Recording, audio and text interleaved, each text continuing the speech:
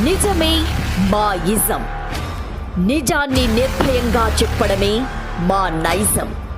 అన్యాయాన్ని ఎత్తి చూపడమే మా లక్ష్యం. ప్రతి క్షణం ప్రజల కోసం పనిచేస్తున్న channel MS cable network news.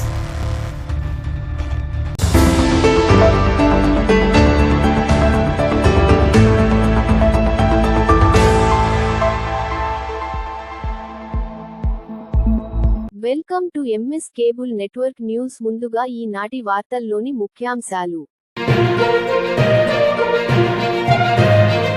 DSP హెచ్చరిక, కఠిన చర్యలు తప్పవు. సమాచారమిచ్చిన వారి పేర్లను గోప్యంగా ఉంచుతాం. డీఎస్పీ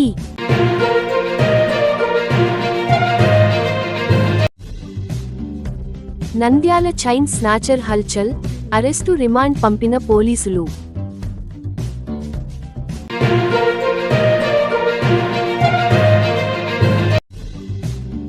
సమిష్టి కృషితో బాల్య వివాహాలను నిర్మూలిద్దాం, బ్రహ్మానందచారి.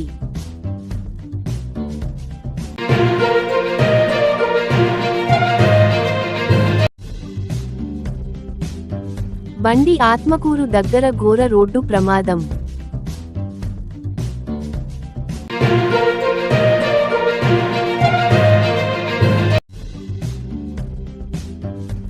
వైసీపీ సర్పంచ్ పై దాడి, తీవ్ర గాయాలు.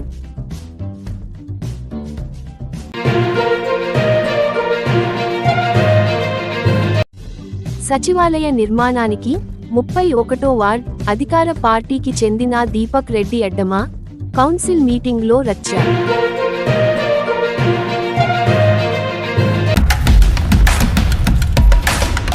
సమిష్టి కృషితో బాల్య వివాహాలను నిర్మూలిద్దాం, బ్రహ్మానందచారి.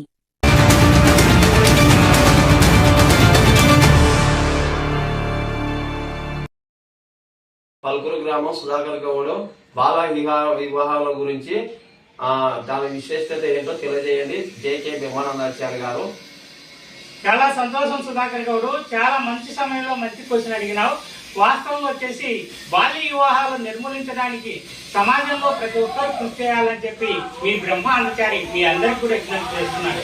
ఎందువలన అంటే చిన్న వయసులో వివాహం చేయడం వల్ల వారికి అనారోగ్య సమస్యలు ఏర్పడమే కాకుండా వారికి పుట్టే పిల్లలకు కూడా అనారోగ్య సమస్యలు ఏర్పడతాయి. కాబట్టి ప్రభుత్వం నియమించిన వయసు 18 సంవత్సరాలు, 21 సంవత్సరంలో వివాహం చేయాలి. కాబట్టి ఇలా వివాహం చేయకపోవడం కూడా, చిన్న వయసులో వివాహం చేయడం కూడా చట్టరీత్యా నేరం. కాబట్టి బాల్య వివాహాల నిర్మూలనకు సమాజంలో ప్రతి ఒక్కరు కూడా పూనుకోవాలని చెప్పి మీ బ్రహ్మానందాచారి మీ అందరికీ విజ్ఞప్తి చేస్తూ, అలాగే బాలిక విద్యను కూడా ప్రోత్సహించాలని, మగపిల్లవాడితో సమానంగా ఆడపిల్లను కూడా చదివించాలని కేంద్ర రాష్ట్ర ప్రభుత్వాలు విద్యలోనూ ఉద్యోగాల్లోనూ ప్రత్యేక రిజర్వేషన్లు కల్పించాయి. కాబట్టి మీరు కంపల్సరీ చదివించాలని చెప్పి మీ బ్రహ్మానందాచారి మీ అందరికీ విజ్ఞప్తి చేస్తూ, ప్రతి విద్యావంతుడు తన బాధ్యతగా బాల్య వివాహాల నిర్మూలనకు పూనుకోవాలని చెప్పి బ్రహ్మానందాచారి కోరుతూ, నన్ను ఇంత మంచి సమయంలో ఇంత మంచి క్వశ్చన్ అడిగిన సుధాకర్ గౌడ్కు పేరు పేరున కృతజ్ఞత తెలియజేస్తున్నా. మీ అందరినీ అభిమానించే మీ బ్రహ్మానందాచారి కృతజ్ఞతా వందనాలతో. నంద్యాల చైన్ స్నాచర్ హల్చల్, అరెస్టు రిమాండ్ పంపిన పోలీసులు.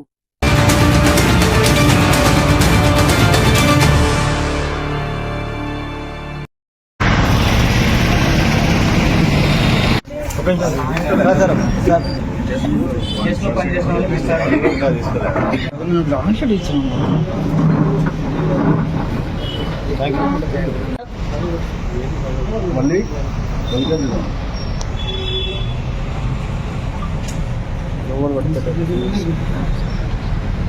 Ready sir. ఫ్రెష్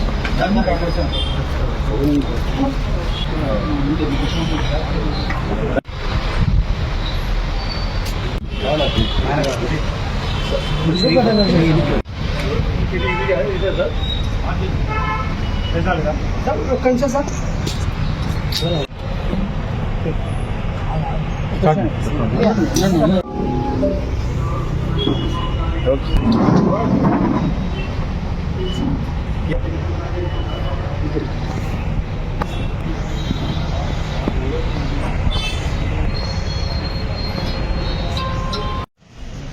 అందరికీ నమస్కారం అండి. ఈ నెల 22వ తేదీన నంద్యాల 2 టౌన్ పోలీస్ స్టేషన్ లిమిట్స్లో పగడాల లక్ష్మీరాజ్యం అనే ఆవిడ ఎన్జిఓస్ కాలనీలో ఉంటారు కదా. ఈవిడ కూరగాయలు కొనుక్కొని తిరిగి వాళ్ళ ఇంటికి వెళ్తున్న సమయంలో ఒక వ్యక్తి కత్తి చూపించి ఆవిడని బెదిరించి చైన్ ఇవ్వకపోతే మిమ్మల్ని చంపేస్తానని బెదిరించి ఆవిడ మెడలో ఉన్న చైన్ లాక్కెళ్ళిపోతాడు. అది సుమారు 3.5 తులాల గోల్డ్ చైన్ తీసుకెళ్ళిపోయాడు. సో ఇందులో భాగంగా మేము నంద్యాల 2 టౌన్ పిఎస్ స్టాఫ్ అలాగే సిసిఎస్ సిబ్బంది మొత్తం కలిసి మాకు వచ్చిన సమాచారం బట్టి ఈరోజు 25వ తారీఖున మేము ముద్దాయిని పట్టుకోవడం అయింది.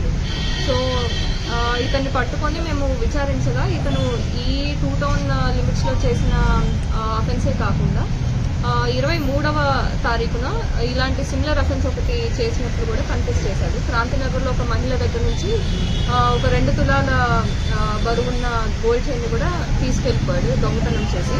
సో అది కూడా ఒప్పుకున్నాడు. సో ఇందులో భాగంగా అతని దగ్గర నుంచి మేము ఈ ప్రాపర్టీ అనేది కూడా రికవర్ చేశాము. ఇది ఆల్మోస్ట్ 5 lakhs విలువైన ప్రాపర్టీ అతని దగ్గర నుంచి తీసుకోవడం జరిగింది. అట్లాగే ఈ ముద్దాయిని పట్టుకోవడంలో మా 2 టౌన్ సిబ్బంది సిఐ ఇస్మాయిల్ గారు, అలాగే సిసిఎస్ సిఐ సురేష్ గారు, అలాగే ఎస్ఐ సుధాకర్ రెడ్డి గారు, ఇంకొక ఎస్ఐ సురేష్ గారు, అలాగే హెడ్ కానిస్టేబుల్స్ అండ్ పీసీస్ చాలా ఎఫర్ట్ పెట్టి చాలా చాకచక్యంగా పట్టుకున్నారు. డీఎస్పీ హెచ్చరిక: కఠిన చర్యలు తప్పవు. సమాచారమిచ్చిన వారి పేర్లను గోప్యంగా ఉంచుతాం. డీఎస్పీ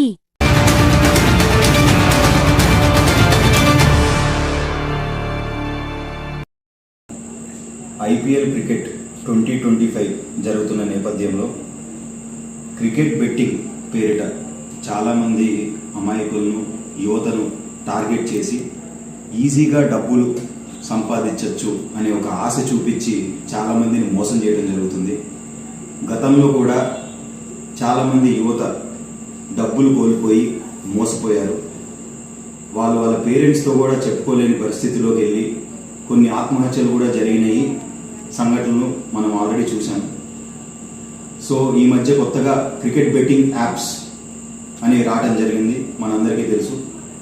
పోలీస్ శాఖ తరఫున మేము తెలియజేసేది ఏమంటే all cricket betting apps are illegal. దీన్ని ప్రోత్సహించిన ఈ యాప్స్లో క్రికెట్ బెట్టింగ్కి పాల్గొన్న చట్టరీత్యా నేరం. అలా చేసిన వాళ్ళపైన చట్టపరంగా కఠినమైన శిక్షలు ఉంటాయి. అలాగే ఈ క్రికెట్ బెట్టింగ్లో ఇన్వాల్వ్ అయి ఉన్నారో వీళ్ళందరిపైన ప్రత్యేక నిఘా చేపట్టడం జరుగుతుంది. అలాగే లాడ్జెస్ ఏవైతే ఉన్నాయో ఫ్రీక్వెంట్గా ర్యాండమ్గా చెక్ చేయడం జరుగుతుంది. ఇన్ కేస్ ఏమైనా క్రికెట్ బెట్టింగ్స్ ఏమైనా జరుగుతున్నాయా లేదా అనేసి. అండ్ లాడ్జ్ ఓనర్స్ కూడా తగు జాగ్రత్తలు తీసుకోవాలని కోరుకుంటున్నాము. ఎవరికి ఇస్తున్నారు ఏంటి అనేది they have to take care. అలాగే ప్రజలందరికీ మేము తెలియజేసేది ఏమంటే ఎవరు కూడా ఈ క్రికెట్ బెట్టింగ్ సచివాలయ నిర్మాణానికి 31వ వార్డ్ అధికార పార్టీకి చెందిన దీపక్ రెడ్డి అడ్డమా కౌన్సిల్ మీటింగ్లో రచ్చ.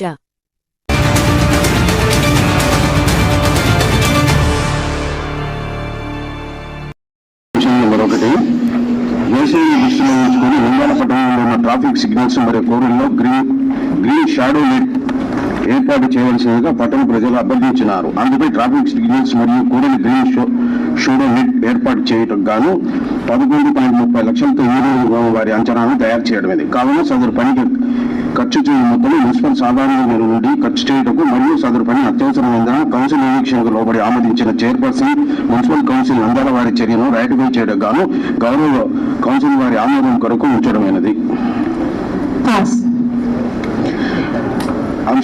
అజెండా అంశం నెంబర్ 2, వేసవిని దృష్టిలో ఉంచి కావున సదరు పని ఖర్చు చేయడం మొత్తం మున్సిపల్ సాధారణ నిధుల నుండి 10 లక్షలతో ఇంజనీరింగ్ విభాగం అంచనాలు తయారు చేయడమైనది. కావున సదరు పని ఖర్చు చేయడం మొత్తం మున్సిపల్ సాధారణ నిధుల నుండి ఖర్చు చేయుటకు మరియు సదరు పనికి అత్యవసరమైనందున కౌన్సిల్ నిరీక్షణ లోబడి ఆమోదించిన చైర్పర్సన్ మున్సిపల్ కౌన్సిల్ నంద్యాల వారి చర్యను రైటిఫై చేయడం గాను గౌరవ కౌన్సిల్ ఆమోదం కొరకు ఉంచడమైనది.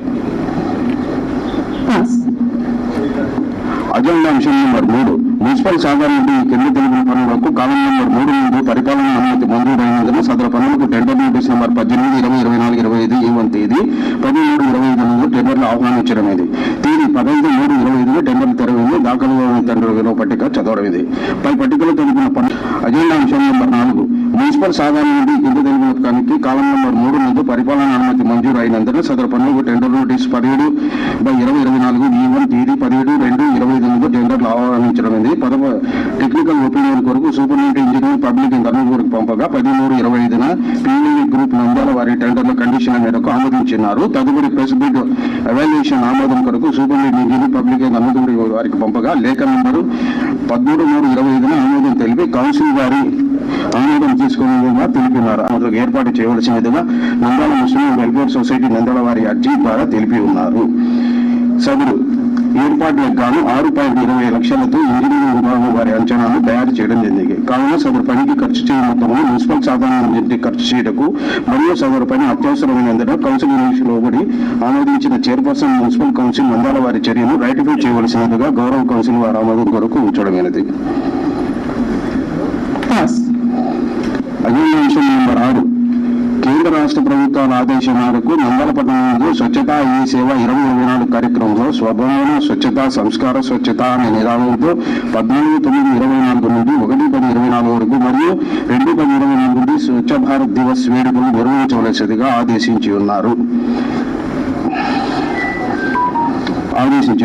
అందులో భాగంగా తేదీ 17/9/24 మానవహారాలు నిర్వహించడానికి ప్రజాప్రతినిధులు పట్టణ ప్రముఖులు ఎన్జిఓస్ ముఖ్య అతిథులు మరియు ప్రజల సంయుక్త భాగస్వామ్యంతో సామూహిక స్వచ్ఛత పరిశుభ్రత కార్యం నిర్వహించడానికి అవసరమైన ప్రచార సామాగ్రి పాంప్లెట్లు బ్యానర్లు ప్లకార్డులు ఏర్పాటు చేయటకు 19/9/24 డప్పు కలర్తో అవగాహన సదస్సు ఏర్పాటు చేయి కార్యక్రమాలు చిత్రీకరించకు డ్రోన్ ఏర్పాటు చేయటకు పారిశుద్ధ్య కార్మికులకు మెడికల్ క్యాంపు నిర్వహించడం గాను అందుకు అవసరమైన టీషర్ట్లు రోజులు మాట్లాడాను. సభకు నమస్కారం అధ్యక్ష. నేను గత 10 నెలలుగా సచివాలయం అడుగుతున్నాను అధ్యక్ష. పోయినసారి గురప్ప సార్ 3 months లో కంప్లీట్ చేస్తామన్నారు. దాని గురించి కొంచెం చెప్పవలసిందిగా మీ ద్వారా నేను కోరుకుంటున్నాను అధ్యక్ష. గారు ఆల్రెడీ ఈ సబ్జెక్ట్ కాంట్రాక్ట్ వర్క్ చేస్తున్నాడా? మీరు పర్సనల్ ఎందుకు వెళ్తున్నారు? మీరు వైసీపీ లేదంటే టీడీపీ కాదు. మీరు అధికారుల పని అధికారులు చెయ్యండి. ఏ ఒక్క ఆగిపోయింది. తర్వాత కాంట్రాక్టర్ కూడా మేము రిక్వెస్ట్ చేయడం జరిగింది. ఏవైనా బిల్లులు పడితే అతను స్టార్ట్ చేస్తాం మేడం. సార్ ఎప్పుడు ఆగిపోయింది సార్? వర్క్ ఎప్పుడు ఆగిపోయింది సార్? ఆగిపోయిందమ్మా, ఇప్పుడు ఆగిపోయింది వాస్తవమే. సో అది స్టార్ట్ చేయడానికి ఆగిపోయింది. డిసెంబర్ లో ఎండింగ్ లో నేను మీకు కంప్లైంట్ చేశాను. మీరు 3 months లో కంప్లీట్ చేసి ఇస్తామన్నారు.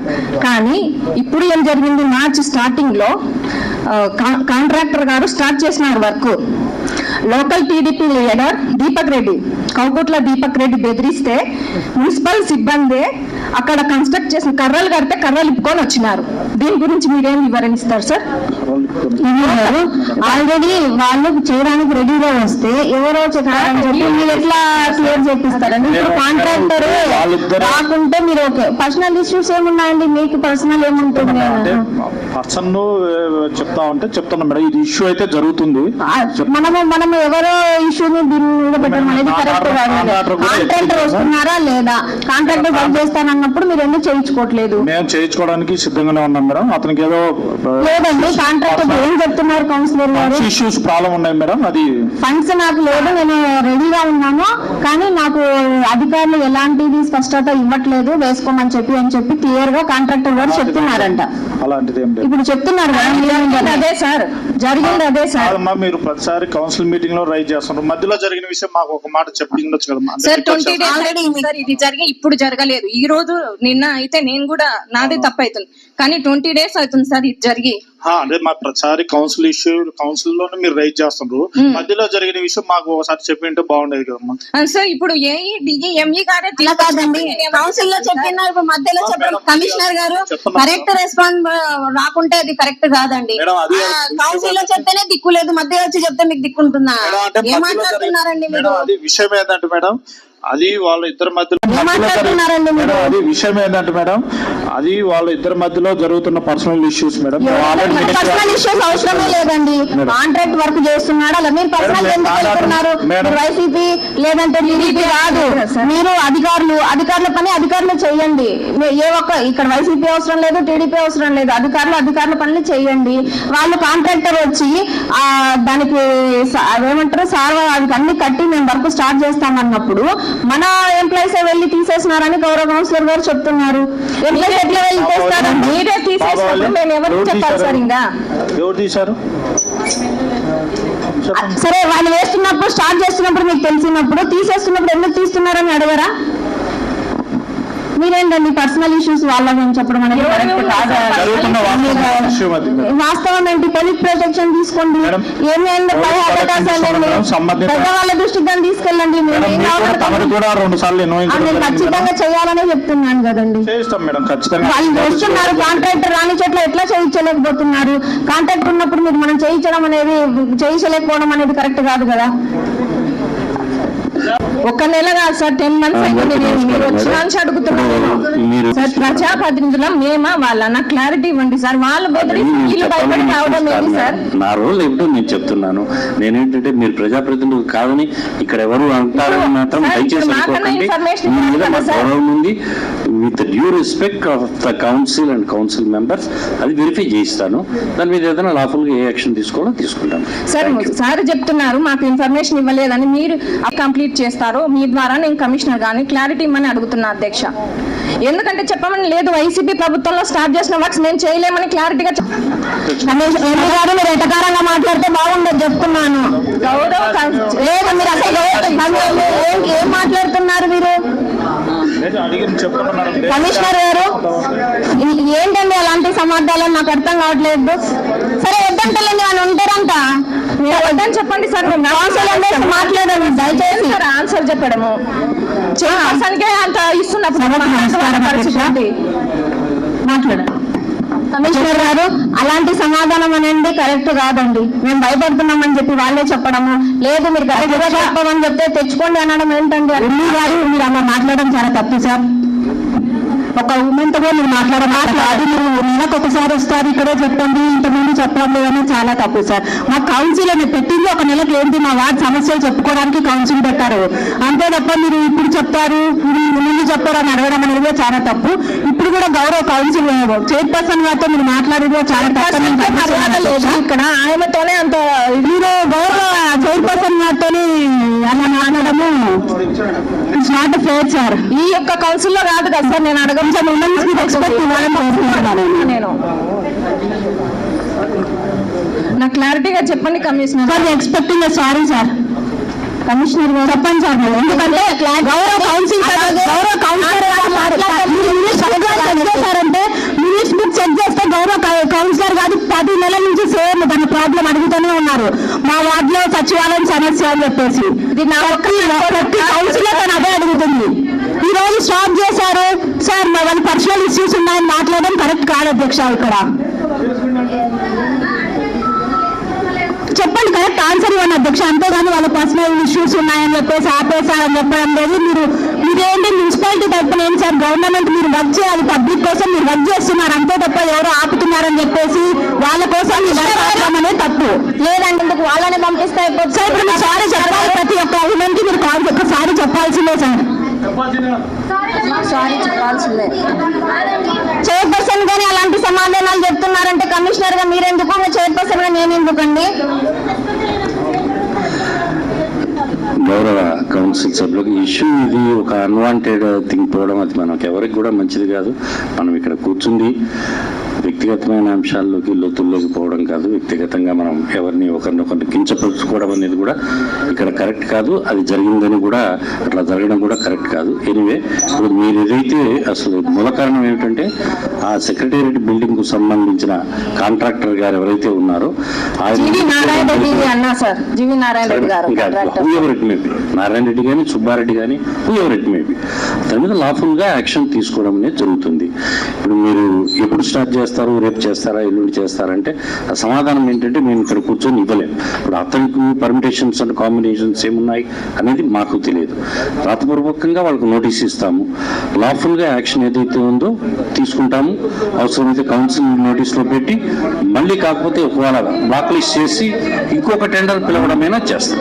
దాని మీద తప్పనిసరిగా చర్యలు తీసుకోవడం అనేది జరుగుతుంది. సార్, ఇంతకు ముందు 2 months బ్యాక్ కూడా ఈ సభ్యుల్ని గౌరవించకుండా ఈవెన్ చైర్పర్సన్ అయిన నన్ను గానీ ఎలా అంటే మాట్లాడుతున్నప్పుడు మీ ఎదురుగా మీరు ఆయన మీద ఏం చర్యలు తీసుకుంటున్నారు, లేదంటే మేము చేసుకునే చర్యలు మేము తీసుకోమంటారా? మీరు ఫస్ట్ ఏం చర్యలు తీసుకుంటున్నారు అనేది సభాముఖంగా చెప్పండి. ఇప్పుడు ఇక్కడ చర్యలు తీసుకోవడానికి నాకు కాంపిటెన్స్ లేదు. ఇప్పుడు మీరు ఏదైతే చెప్తున్నారో దాన్ని ఒక నోట్ రూపంలో తీసుకుని సంబంధిత అధికారులకు తెలియజేయడం జరుగుతుంది.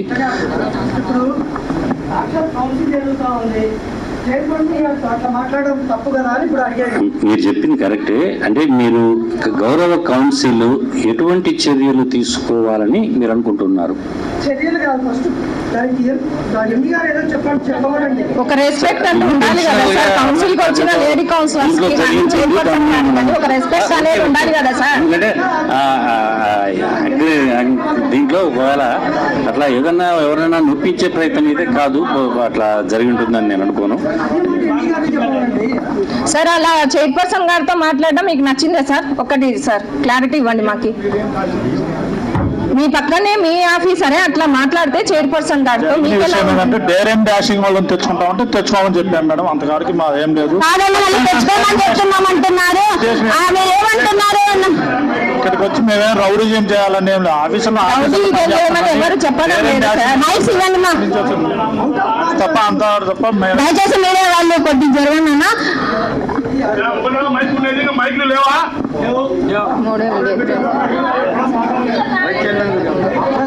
గారు, మేమందరం అయితే తీర్మానించి పెడతామండి. మన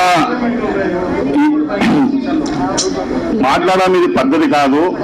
ఎట్లా మాట్లాడాలా సభలో అనేది ఆఫీసులో కూడా గౌరవించి సభ్యులను కానీ చైర్మన్ మాట్లాడడం అది పద్ధతి కాదు. దీనికి క్లారిటీ ఏమి ఇస్తారో కమిషనర్ గారు, ఇది మీకు నచ్చిందా ఈ ఆయన మాట్లాడడం, నచ్చలేదా ఒక మాట చెప్పండి అంతే.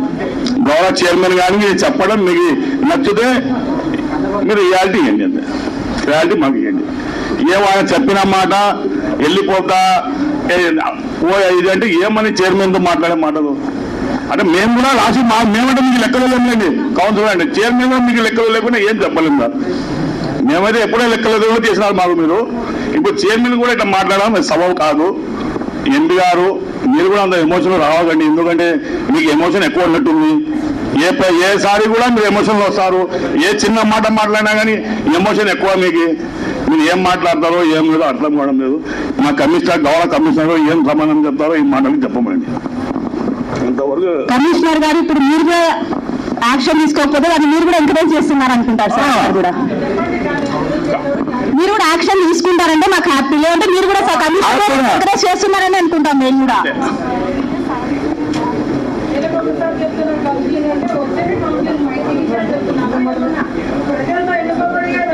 కమిషనర్ గారు దానిలో మేము అడుగుతున్నామండి, మేము వెయిట్ చేస్తున్నాము మీ నుంచి సమాధానం కోసం. మీరు ఎవరైనా ఆపితే నాకు అవకాశం ఇస్తే మాట్లాడండి. ఆటండి సార్, మీరు గౌరవ కమిషనర్ గారు మాట్లాడాలి.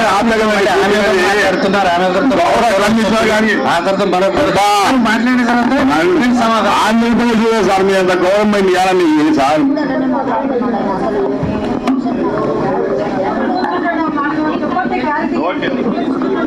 ఇప్పుడు ఒకటండి, దీంట్లో ఆఫీసర్లు ఇక్కడ వ్యక్తిగతంగా మా ఎబిలిటీ ప్రూవ్ చేసుకోవాలనో మేమేదో హీరోలో అనిపించుకోవాలనో కాదు. ఇక్కడ ఏంటంటే ఉద్యోగరీత్యా మేము ఇక్కడికి వచ్చాము. మీకు మా సర్వీసెస్ నచ్చితే మీతో కలిసి కొంతకాలం చేస్తాము. మేము పనిచేసిన కాలంలో ఏదైనా మా పేరు గుర్తుండిపోయేటట్టుగా ఏదైనా చేయగలిగిన అవకాశం ఉంటే తప్పనిసరిగా చేస్తాము. మాకు 8 గంటలు 10 గంటలు ఉంటే 14 గంటలు 15 గంటలు పనిచేయడానికి కూడా సిద్ధంగా ఉన్నాము. ఇట్లా ఇట్లా వ్యక్తిగతంగా ఎక్కడైనా ఒకవేళ మాట అనేది ఈ మాట పెంచుకోవడము, దాని మీద ఇష్యూ పెద్దది చేసుకోవడం వల్ల ఇక్కడ మనం సమావేశానికి కూర్చున్న పర్పస్ అనేది డిబేట్ అవుతుందేమో అన్నది నా అభిప్రాయం వ్యక్తిగతంగా. క్షమించండి, ఆ రకంగా నేను మీకు సజెస్ట్ చేయడం అనేది కూడా కరెక్ట్ కాదేమో. ఎనివే, మీరందరూ కూడా దయచేసి ఈ విషయంలో కొంత సంయమనం వహిస్తే దీని మీద ఎటువంటి చర్యలు తీసుకోవాలో నేను పరిశీలించి తప్పనిసరిగా తీసుకోవడం జరుగుతుంది. Thank you. కమిషనర్ గారు తప్పకుండా చర్యలు అయితే తీసుకోవాలని కౌన్సిల్ తరఫున ఆదేశించడం జరుగుతుందండి. మాకు కౌన్సిలర్స్ అడిగిన క్వశ్చన్స్ కానీ ఆ ప్రాబ్లమ్స్ సొల్యూషన్ చేయలేకపోతే ఏ అధికారు కౌన్సిల్ కి రావాల్సిన అవసరం లేదని గౌరవ కౌన్సిల్ తరఫున చెప్పడం జరుగుతుందండి. అధికారులు మేము చేయలేము అని అంటే ఇంకా దయచేసి కౌన్సిల్ కి రావాల్సిన అవసరం లేదని తీర్మానించారు. కొంచెం తప్పు పడినప్పుడు కొంచెం ఆవేశం అనేది వస్తుంది. దాన్ని వెనక్కి తీసుకుంటున్నామంటే మనకు కిరీటమే పడిపోదు. కాబట్టి వెనక్కి తీసుకుంటున్నాము అంటే అయిపోయింది. దాని గురించి ఎందుకు నచ్చలేదు నా ఉద్దేశం. ఆ తర్వాత మీ ఇష్టం. అధ్యక్ష, దానికి కొత్త బోర్ వేయించవలసిందిగా మీ ద్వారా నేను కోరుకుంటున్నాను అధ్యక్ష. ఓకే అండి, వాటర్ సెక్షన్ టీ గారు నోట్ చేసుకోవాల్సిందిగా కోరుకుంటున్నానండి.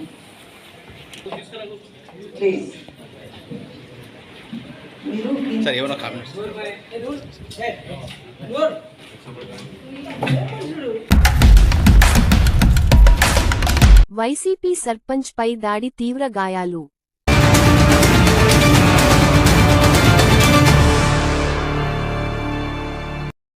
రెండో సర్వే నెంబర్లో 22 ఎకరాలు దాంట్లో కొందరు అది పూర్వం మా పెద్దలు ఆ సర్వే నెంబరు కబ్జా వేరే వాళ్ళు టీడీపీ నాయకులు కబ్జా చేసినారని చెప్పి కంప్లైంట్ చేయడానికి ఆర్డీఓ గారికి నిన్న కంప్లైంట్ చేశాను. ఇంతకుముందు ఎంఆర్ఓ గారికి కూడా అర్జీలు ఇచ్చాను. అంటే నిన్న ఆర్డీఓ గారికి కంప్లైంట్ చేసి వచ్చాను. గత వారం వచ్చినప్పుడు కూడా రీసర్వే జరిగేటప్పుడు నన్ను పిలిస్తే వెళ్ళి వారికి మద్దతుగా మా గ్రామస్తులే వాళ్ళందరూ ఇక్కడ హైదరాబాద్లో, బెంగళూరులో ఇట్లా సెటిల్ అయ్యి వారు ఉద్యోగ వ్యాపారరీత్యా చిన్న చిన్న వ్యాపారాలు, చిన్న చిన్న ఉద్యోగాలు చేస్తుంటే అక్కడ సెటిల్ అయిన వాళ్ళకి మా పూర్వీకుల వల్ల ఈ పట్టా పొలము ఈ పట్టా కింద ఆన్లైన్ ఎక్కించుకొని కబ్జా చేసి మేము వెళ్తే దౌర్జన్యం చేస్తున్నారు వాళ్ళు. అంటే ఆర్డీఓ గారికి లాస్ట్ వీక్ కూడా నేను చెప్పాను రీసర్వే జరిగేటప్పుడు వాళ్ళ కంప్లైంట్స్ తీసుకొని వీళ్ళ దగ్గర ఏమన్నా వాళ్ళ దగ్గర ఏమన్నా చూసి న్యాయం చేయండి అని చెప్పాను ఎంఆర్ఓ గారికి కూడా. మళ్ళీ నిన్న వాళ్ళు ఆర్డీఓ గారికి కూడా కంప్లైంట్ చేశారు, ఆర్ఓ తీసుకున్నారు. అంతలోపలనే మళ్ళీ ఈరోజు మార్నింగ్ సర్వేయర్లు రావడం జరిగింది పొలానికని. చుట్టుపక్కల చేరిన వాళ్ళు వీళ్ళకి చెప్తే మహిళలు 87 ఏళ్ల వారసులు, వృద్ధులు 75 సంవత్సరాలు, అంత వృద్ధులు 60 సంవత్సరాలు దాటిన మహిళలు వాళ్ళు సేన్ దగ్గరికి పోయి ఆ గ్రామ సర్పంచ్ను ప్లస్ దూర బంధువులు కూడా కాబట్టి నన్ను కూడా పిలవడం జరిగితే అవతల ఉండే దౌర్జన్య పనులు మీరు నాకు చెప్పకుండా ఎట్లా పోయినారని మళ్ళీ ఒక 10 మందిని పిలుచుకొని వెళ్ళాను. సార్ ఏదన్నా ఉంటే అబ్జెక్షన్ చెప్పి ఆ రీసర్వే చేస్తున్న సర్వేయర్లకు, సార్ వీళ్ళు ఆల్రెడీ కంప్లైంట్ చేశారు, ఇది ఏదన్నా ఉంటే మీరు పిలిచి తహసీల్దార్ గారికో ఆర్టీఓ దగ్గరనో లేకపోతే మీరు ఈరోజు అదే సార్ జరిగింది.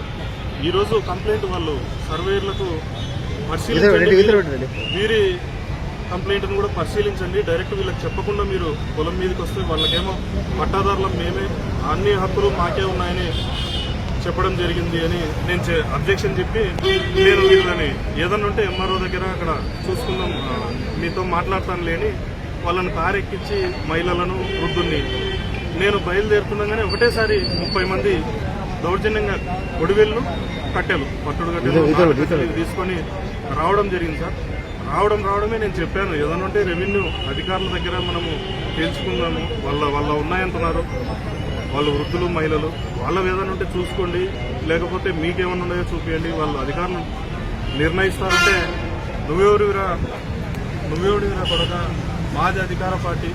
సార్ మీరు ఇక్కడ ఈరోజు ఇక్కడ స్పాట్కి జరిగింది జూపాడమల్లో జూపాడలో మిమ్మల్ని ఎవరు అటాక్ చేసి చెప్పండి. జంగాల పెద్దన్న, జంగాల శేఖర్, జంగాల శంకరయ్య, మరి వెంకటయ్య అని వాళ్ళ 4 పేర్లు అయితే ఐడెంటిఫై చేయగలుగుతారు. ఎంపీటీసీ పోతే వెంకటమ్మ, వాళ్ళు ఏం చేశారు?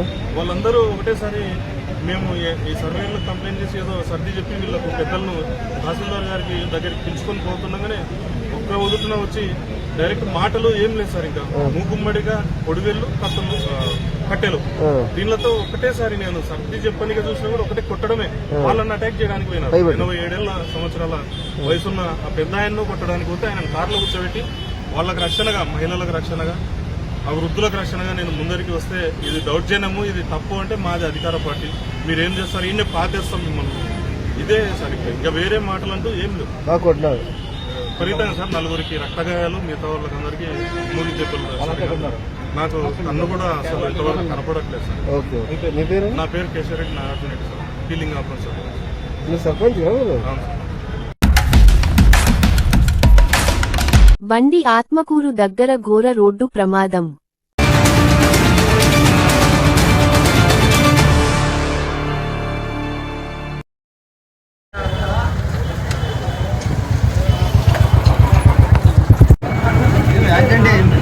అదే దాని గురించి కేసు అనేది తీయలేదు, ఎందుకంటే పడదు మా దాంట్లో.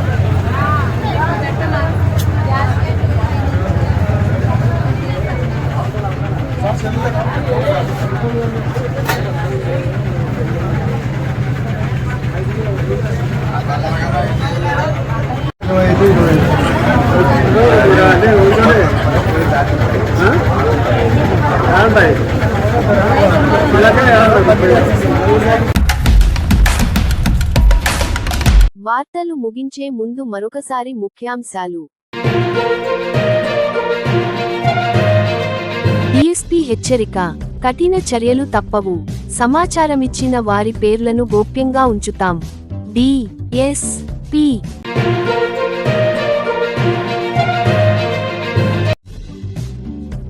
నంద్యాల చైన్ స్నాచర్ హల్చల్, అరెస్టు, రిమాండ్ పంపిన పోలీసులు.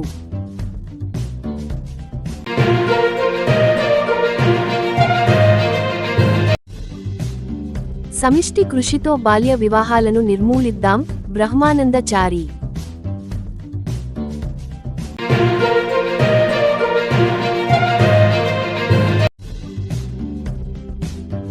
బండి ఆత్మకూరు దగ్గర ఘోర రోడ్డు ప్రమాదం.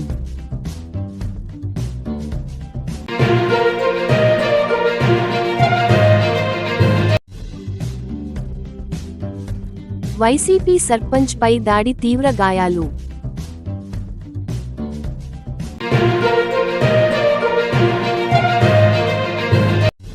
సచివాలయ నిర్మాణానికి 31వ వార్డ్ అధికార పార్టీకి చెందిన దీపక్ రెడ్డి అడ్డమా, కౌన్సిల్ మీటింగ్లో రచ్చ.